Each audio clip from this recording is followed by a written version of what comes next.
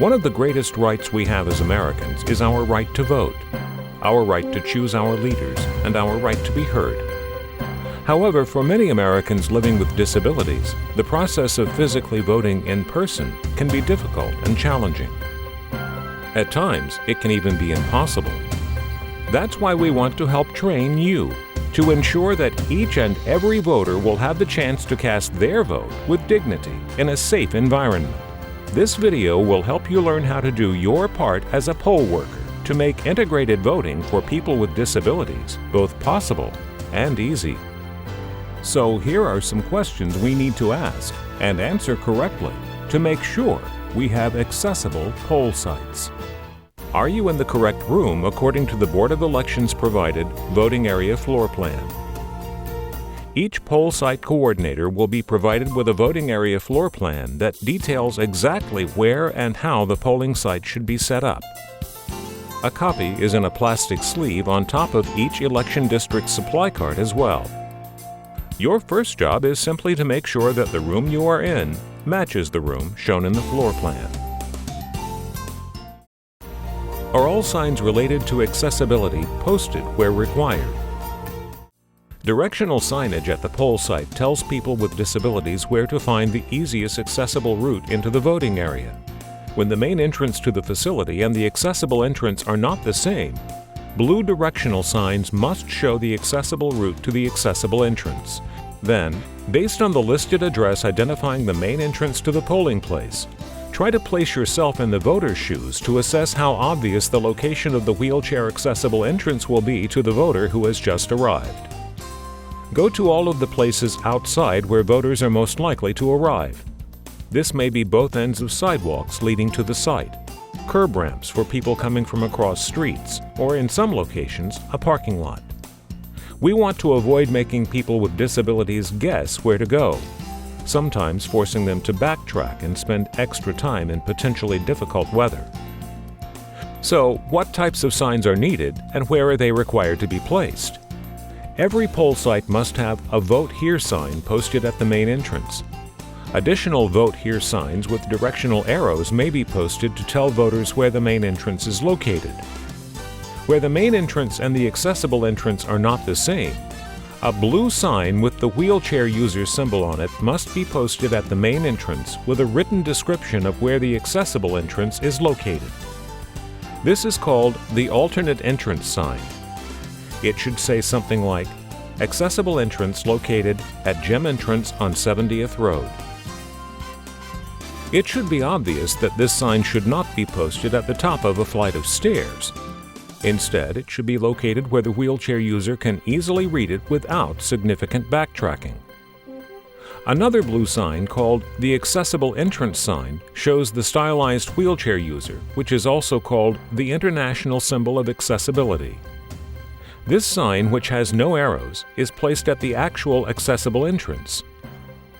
These blue signs with wheelchair user symbols and directional arrows must be placed along the route, about 30 feet apart, pointing to the accessible entrance to minimize the chance that someone will lose the route from the main entrance, or that they'll miss it if they're coming from a different direction as they travel to the site.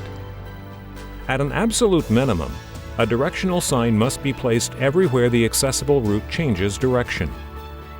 When possible, attach these signs immediately adjacent to the accessible route itself. If the route is a sidewalk, attaching them to a fence or a wall is usually the best option. Remember that if your poll site allows the public to use an off-street parking lot, you will need to make sure that directional signs are also posted leading from the accessible spaces in the parking lot to the accessible entrance. You can verify the correct accessible route from the parking lot by checking the schematic site plan in the coordinator's supply envelope. For directional signs, if there's a tall fence along the sidewalk near the building, the sign should be attached about 5 to 6 feet above the ground to make them visible even when the sidewalk is crowded. For a short fence, it should be as high as possible for good visibility. If there is no fence guiding the route toward the accessible entrance, the sign should be on the building, wall, window cage, or window. If the route to the entrance takes you past other doors, The sign should be placed on the fence or building at a point beyond each door or gate, so the person on their way to the accessible entrance will know to continue along the same route.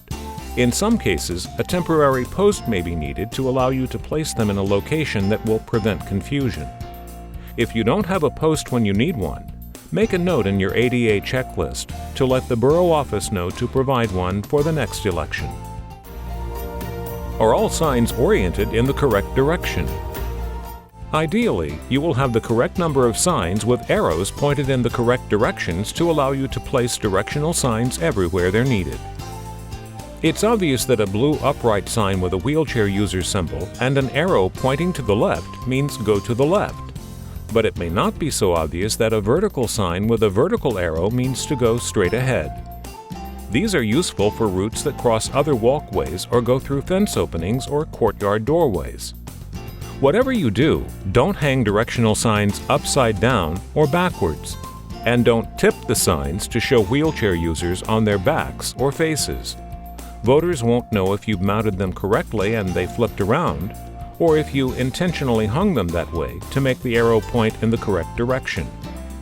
If you don't have enough correctly oriented directional signs to meet the 30-foot spacing requirement, you might have to space them out a bit more and make a note on the ADA checklist of exactly how many signs pointing each direction you'll need for the next election. If you're seriously short on directional signs, tell the site coordinator, who can call the borough office to have more sent out as soon as possible. Are all signs secured properly? As you're posting the outdoor signs, remember what the weather is supposed to be doing on Election Day. If it will be windy, make sure you use strong ties or plenty of tape to keep the signs from flying away. If it will be rainy or snowy, make sure your attachment method will withstand the water or cold. Then check the signs throughout the day to make sure they are still in place and pointing in the correct direction. Don't forget that if a sign is missing or damaged, you'll need to replace it with another sign from the outside signage envelope. Thank you so much for your attention today. You play a very important role in allowing each and every New Yorker the opportunity to vote without being segregated based on their ability or disability. It's their civil right, and it's your hard work and attention to these details that will help to preserve that right. Thank you for your service, and we'll see you at the polls.